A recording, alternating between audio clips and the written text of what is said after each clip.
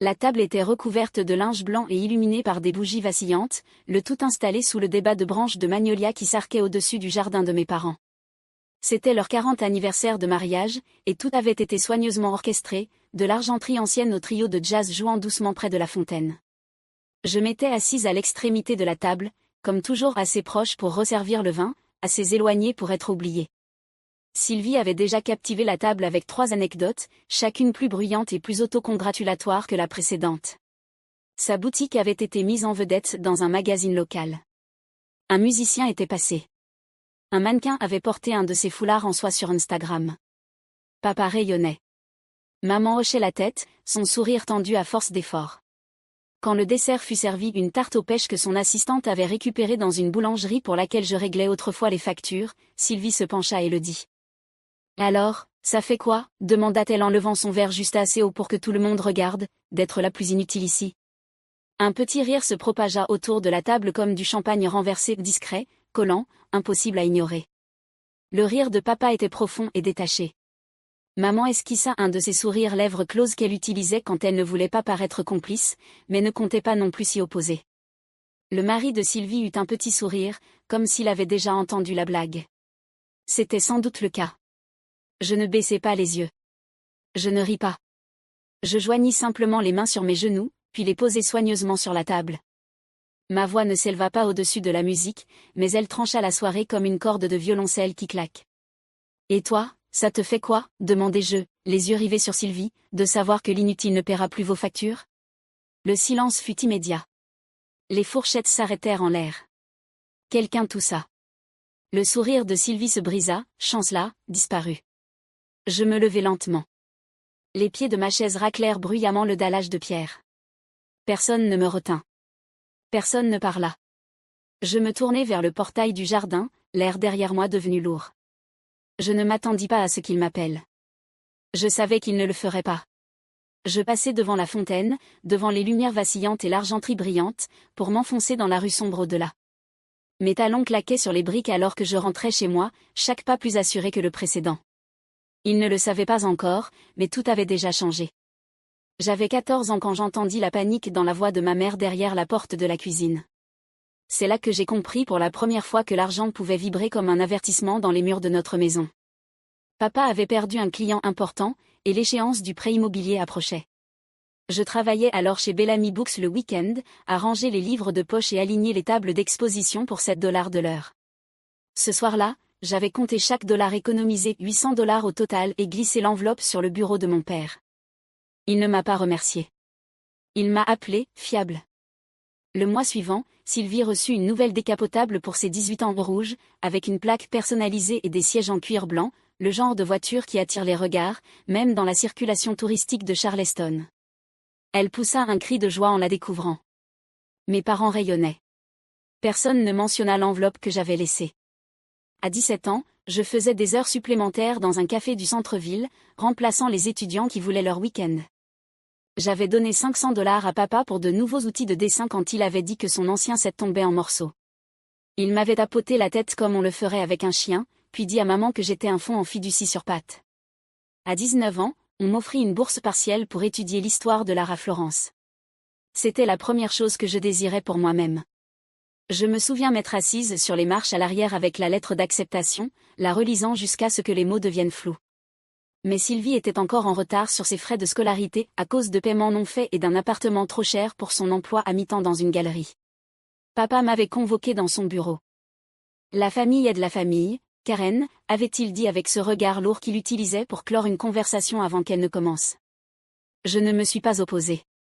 J'ai transféré les $5000 que j'avais économisés pour l'Italie vers un compte lié à l'école de Sylvie. Elle a été diplômée un an plus tard avec mention et un portfolio que mes parents ont encadré. Moi, j'ai été diplômée d'une université d'État locale, jonglant entre les cours du soir et 2 emplois. Au mariage de Sylvie, j'ai payé l'acompte du lieu de réception. Quand elle a ouvert sa boutique, Juniper & Silk, j'ai co-signé le prêt et je n'ai jamais revu les papiers. Il m'appelait serviable, pragmatique, stable, mais jamais par mon nom, et certainement jamais avec un merci.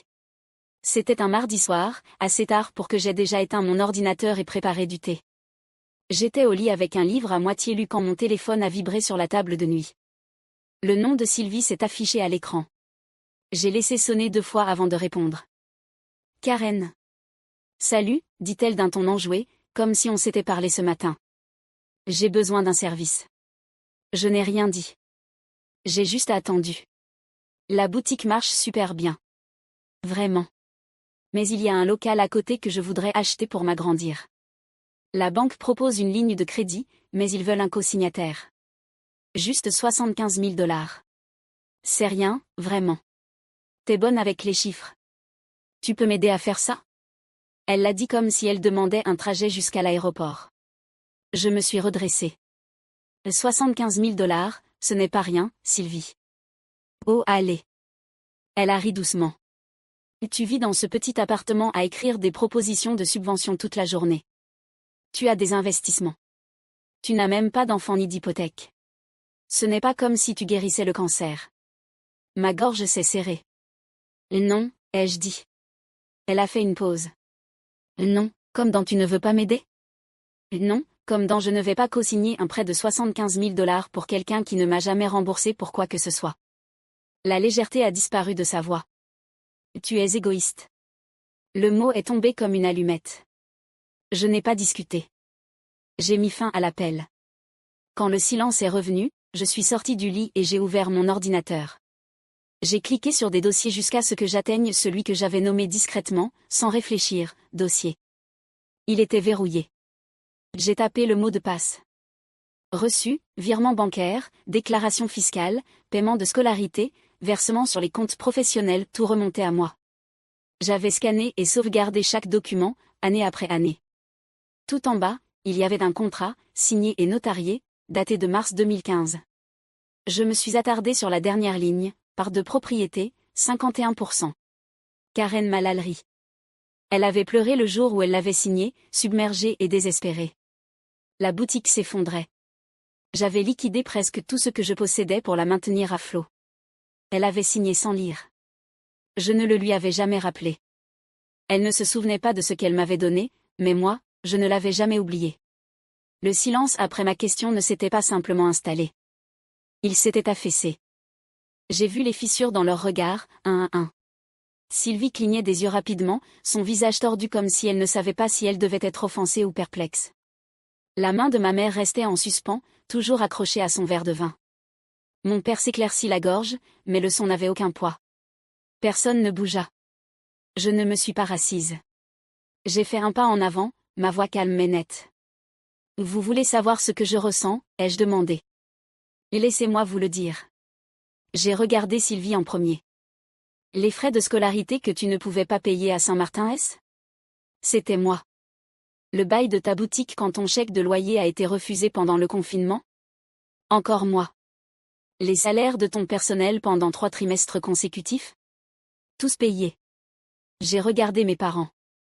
L'acompte pour votre nouveau toit, l'orthodontiste, la réception de mariage de Sylvie, j'ai signé tous les chèques. J'ai comblé toutes les lacunes. Sylvie ouvrit la bouche, mais aucun mot n'en sortit. Je me suis tue parce que je pensais que c'est ce que faisait une famille, dis-je. Je croyais que d'être utile, c'était pareil qu'être aimé. Je croyais qu'en travaillant assez dur, en donnant assez, je gagnerais une place à cette table. Ma mère baissa les yeux. Mon père finit par parler. Ça suffit, Karen. Je secouai la tête. On en est loin. Je sortis un dossier cartonné de mon sac et le posai sur la table. Je ne l'ouvris pas. Je n'en avais pas besoin. À l'intérieur, il y a les preuves que j'ai financé plus de 120 000 $ de dépenses pour cette famille depuis mes 16 ans, y compris le contrat qui fait de moi l'actionnaire majoritaire de Juniper & Silk. Sylvie se redressa d'un coup. Tu mens. Je la regardai. Tu l'as signé. Tu pleurais au téléphone. Tu te souviens de mars 2015? J'ai sauvé ta boutique. Tu as juste oublié que j'étais là. Mon père se leva, la mâchoire serrée. Tu humilies ta sœur devant tout le monde. Non, dis-je, rassemblant une dernière fois ma voix. Je cesse simplement de cacher ce que vous avez choisi de ne pas voir. Je me tournai vers le portail. La lumière des bougies derrière moi vacillait, agitée. Personne ne me suivit. Personne n'appela mon nom. Une fois dans la rue, l'air était plus frais et pour la première fois, ce poids ne m'appartenait plus. Le matin suivant le dîner, j'ai ouvert mon application bancaire. Mon pouce resta suspendu au-dessus du virement programmé 2500$ prélevé de mon compte épargne le premier de chaque mois, comme une horloge. Tout avait commencé discrètement, à l'époque où la boutique de Sylvie avait du mal à couvrir ses charges. Je ne lui en avais jamais parlé. Elle avait simplement supposé que les choses s'étaient arrangées d'elles-mêmes. J'ai tapé sur « Annuler le virement ». Une fenêtre s'est affichée, « Êtes-vous sûr, J'ai cliqué sur « Oui ». À la fin de la semaine, les répercussions arrivèrent. D'abord une série de textos de Sylvie. Le propriétaire a appelé. Le loyer a été rejeté. Que se passe-t-il? Les fournisseurs paniquent. Tu es en retard sur quelque chose? Puis les appels. Puis les messages vocaux. Chacun plus paniqué que le précédent. Le vendredi soir, j'ai cessé de vérifier mon téléphone. Le samedi matin, l'interphone a sonné. Je me suis dirigée vers le combiné en sachant déjà quelle voix m'attendait de l'autre côté. Karen, lança Sylvie sèchement. Ouvre la porte. La voix de mon père suivit, plus grave mais autoritaire. On n'est pas là pour se disputer. On veut juste parler. Je les ai fait monter. Ils sont entrés comme s'ils étaient encore chez eux. Sylvie a traversé le salon à grands pas, les bras croisés. Mon père l'a suivi plus lentement, ses yeux inspectant les lieux comme s'il cherchait quelque chose à critiquer. « Tu m'as coupé, » dit Sylvie. « La boutique est un désastre. Mes fournisseurs menacent d'intenter une action en justice. Mon propriétaire veut 2 mois de loyer immédiatement. Tu ne peux pas juste. » Je l'ai fait, répondis-je. Et je ne recommencerai pas. Ce n'est pas à toi de décider, répliqua-t-elle, furieuse. Pas maintenant, pas après tout ça. Je décide depuis des années, répondis-je en marchant calmement vers la table d'appoint où je gardais le dossier. Tu ne t'en es simplement jamais rendu compte. J'ai posé le portfolio en cuir sur la table basse et l'ai ouvert. Reçu, virement, contrat de prêt pour la boutique, relevé bancaire, email avec ses fournisseurs. Le contrat stipulant ma part de 51%, notarié et daté. Tout ce que tu as construit, dis-je en tournant lentement les pages, a été discrètement soutenu par moi. Tu peux me traiter d'égoïste, de dramatique, ce que tu veux, mais c'est terminé. Mon père se pencha au-dessus de son épaule, plissant les yeux sur le contrat. Ce n'est pas comme ça que fonctionne une famille, Karen, dit-il. On ne fait pas les comptes. Non, rétorquai-je. Vous n'aimez juste pas quand les chiffres sont dits à voix haute. Il ne dit rien pendant un moment. Puis Sylvie attrapa le dossier, parcourant les pages comme si elle voyait mon nom pour la première fois. Ses mains tremblaient, mais elle ne dit pas un mot. Tu voulais que je règle la situation, dis-je en croisant les bras. Voilà, c'est fait. La voix de mon père se durcit alors qu'il se plaça entre moi et la table basse. Ça suffit maintenant, dit-il. Tu vas rétablir le virement. On ne peut pas se permettre ce chaos. Karen, tu as les moyens. Tu aideras ta sœur.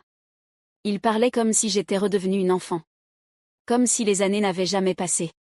Comme si je n'avais pas financé leur tranquillité depuis plus d'1 décennie. Comme si l'obligation était ma seule façon d'exister. Je l'ai déjà fait, dis-je calmement. J'ai aidé quand Sylvie pleurait au téléphone chaque nuit, persuadée que sa boutique était finie, que les créanciers l'encerclaient et qu'elle ne pouvait plus payer ses employés. J'ai liquidé mon portefeuille d'investissement. 60 000 $. Toute ma réserve. Il cligna des yeux. Sylvie recula la tête d'un coup. « Tu ne me l'as jamais dit, lança-t-elle, furieuse. Tu ne m'as rien dit. Tu n'as jamais demandé, répondis-je. Elle se tourna vers notre père, les yeux écarquillés. Je pensais que c'était un prêt à court terme. Tu as signé un contrat, dis-je. Tu étais désespéré. J'ai sauvé l'entreprise, Sylvie. Et ensuite je me suis effacée pour que tu puisses faire semblant que tout venait de toi. Sa mâchoire se crispa. Tu n'avais pas besoin de m'humilier comme ça. Tu n'avais pas besoin d'en parler devant tout le monde. J'ai dit la vérité. C'est toi qui as apporté l'humiliation dès que tu m'as traité d'inutile. Mon père éleva la voix. Ce n'est pas une question de sentiment. Il est question d'unité, de protéger la famille. Non, répondis-je, en m'avançant. C'est une question de pouvoir. Vous n'avez pas le droit de vous moquer de celle qui paye les factures. Vous n'avez pas le droit de l'appeler égoïste quand elle refuse qu'on continue à la vider de sa vie. Sylvie ricana, amère et fragile. Donc c'est ça, ta vengeance? Une petite comédie pathétique pour reprendre le contrôle? Non, chuchotai-je. C'est une reconquête. Pendant des années, je vous ai soutenu et vous avez fait comme si je n'existais pas. Vous m'avez traité comme si je vous devais l'air que vous respirez. Mais je ne vous le dois plus. Enfin, plus jamais. Mon père secoua la tête. Tu brises cette famille. C'est moi qui la tenais ensemble, murmurai-je, discrètement. Vous ne m'avez remarqué que lorsque j'ai dit non. Sylvie serra le dossier contre sa poitrine. Son silence en disait plus que ses hurlements ne l'auraient fait. Quand ils partirent, je ne les suivis pas. Je refermai doucement la porte derrière eux et restai immobile un long moment, la main encore sur la poignée. Ma voix avait résonné, et je savais déjà où elle résonnerait ensuite. L'enveloppe cartonnée arriva un matin pluvieux, lourde dans ma boîte aux lettres, comme si elle savait déjà ce qu'elle contenait. À l'intérieur, une plainte. Sylvie m'attaquait en justice, affirmant que je l'avais poussée à signer la boutique tandis qu'elle était vulnérable émotionnellement. Son avocat parlait des « influences indues » et de « rupture de confiance ». Je n'ai pas paniqué. J'ai appelé Laura, qui m'a donné le nom d'une avocate de confiance, Margot Shaw. Margot a examiné tous mes documents, contrats, échange de mets, virements, contrats notariés. Elle n'a pas bronché. Ce n'est pas vraiment un procès, dit-elle en refermant la dernière page. C'est un coup de semonce. Ça ne passera pas. L'audience arriva vite. Sylvie se présenta impeccable, lèvres pincées. Mon père s'assit à ses côtés, bras croisés, mâchoire serrée. Il ne me regardait pas. Son avocat me peignit comme manipulatrice, calculatrice prétendant que j'avais exploité son désespoir en 2015. Il affirma que j'avais utilisé les affaires pour faire pression sur la famille. Puis Margot prit la parole. Elle n'enjoliva rien. Elle leur montra tout ce que j'avais fait, 60 000 $ versés de mon compte, dettes négociées, propriétaire apaisé, salaire sauvé, tout documenté, tout signé. Ce n'était pas de l'exploitation, dit-elle. C'était de la survie. Et ma cliente a rendu cela possible. Le juge, peu impressionné, déclara « rejet de la requête ». Juste comme ça. Dehors, l'air était doux. Margot m'annonça que j'étais libérée. Mais en me dirigeant vers ma voiture, je compris que quelque chose de plus discret avait aussi pris fin. Pas seulement le procès, mais la partie de moi qui s'attendait encore à ce qu'il prenne soin de moi. Après que le marteau du juge tomba, le silence retourna rapidement. Personne n'appela. Personne n'écrivit. Ma mère n'a même pas envoyé sa carte de vœux vague habituelle avec une photo du jardin. Pour la première fois dans ma vie d'adulte, j'étais totalement absente du monde de ma famille. Je pensais que ça ferait plus mal. Au lieu de ça, c'était comme entrer dans une pièce dont j'avais ignoré qu'on m'en avait exclu. L'absence ne faisait pas souffrir, elle clarifiait. Avec ce dossier juridique derrière moi, je retournai vers le chevalet que j'avais sorti quelques semaines plus tôt. J'achetais de meilleurs pinceaux. Je mélangeais les couleurs sans me presser. Peu importait ce que je peignais, paysages, portraits inachevés, parfois juste des couches de rouge sur du vert. Il ne s'agissait pas de créer quelque chose de beau, mais de sentir mes mains faire quelque chose qui ne soit destiné à personne d'autre. Un matin, un email arriva d'une femme que j'avais rencontrée il y a des années via une subvention à but non lucratif. Elle aidait à organiser une conférence régionale sur le leadership féminin. Le thème, la résilience, reconstruire sans permission. Il disait vouloir quelqu'un qui sache parler de fixer des limites avec grâce, quelqu'un qui est parti de quelque chose qu'il avait défini. Il voulait moi. Je gardai l'invitation 2 jours avant de répondre. Puis j'écrivis, oui, je le ferai. Et pour la première fois depuis longtemps, je laissai ma voix dépasser le silence. Mon anniversaire tomba un mardi, discret et sans cérémonie. J'ai pris la journée. J'ai erré dans les rues pavées près du front de mer et acheté une part de gâteau au citron dans une boulangerie qui ne posait aucune question. Personne n'appela, du moins personne de la famille. Ce soir-là, tandis que le soleil glissait derrière la mousse espagnole, mon téléphone vibra. C'était un message de ma mère, je pense à toi. Tu me manques, ma fille. 7 mots. Je restai longtemps à fixer l'écran, le message flottant comme une main à moitié tendue. Ce n'était pas une excuse. Ce n'était pas une reconnaissance. C'était de la nostalgie, peut-être, ou un regret, ou l'écho de quelqu'un qu'elle fut un jour. Il y a des années, un tel message m'aurait brisé. J'en aurais déduit qu'il fallait adoucir, rouvrir les portes que je venais de commencer à fermer. Mais plus maintenant. Je remis le téléphone dans ma poche sans répondre. Le vent venant du port était doux et pur. Je passais devant la librairie où j'avais travaillé adolescente, celle qui sentait le vieux papier et le polish citron. Les lumières à l'intérieur brillaient doucement derrière les vitres, et pendant un instant je me revis en train de ranger des livres derrière dans un coin, silencieuse, invisible, pleine d'espoir. Mais elle n'était plus moi. Je continuais de marcher, devant les boutiques, devant l'école aux murs inachevés, devant le large perron d'une maison que j'imaginais m'appartenir. Le silence qui me suivait cette fois-ci n'était pas vide. Il était mérité. La salle était pleine de femmes, certaines en tailleur, d'autres en équilibre sur du temps emprunté. Un murmure doux s'installa lorsque je montai sur le podium. Les lumières étaient harches, mais je sentais toujours le poids d'être vue. Je n'avais pas apporté de notes. J'ai simplement dit la vérité. Pendant la majeure partie de ma vie, commençais-je, j'ai cru que ma valeur résidait dans ce que je pouvais porter pour les autres. Leurs dettes, leurs rêves, leurs déceptions. Je suis devenue celle qui aide, qui planifie, qui avance quand tout le monde détourne le regard. Je laissais le silence durer. Mais la plus grande chose que j'ai jamais donnée, dis-je lentement, c'est finalement la permission que je me suis accordée de dire non. Je leur parlais du prêt. Des années de silence. La nuit à table quand j'ai dit la seule chose que personne n'attendait de moi, la vérité. Je n'ai pas nommé qui que ce soit. Ce n'était pas de la vengeance. Ce n'était même pas de la justice. C'était du poids, et du bien que ça fait de le poser. Quand j'ai terminé, la salle resta silencieuse. Puis vinrent les applaudissements pas forts, mais authentiques. Une femme au premier rang hocha la tête, les larmes aux yeux. Une autre se leva lentement, comme si elle dépliait une vérité en elle. Après, elles sont venues me raconter leurs histoires, pas sur les boutiques ou l'argent, mais sur les limites et les points de rupture, sur les mères, les maris, les sœurs, les fils. Sur le réveil.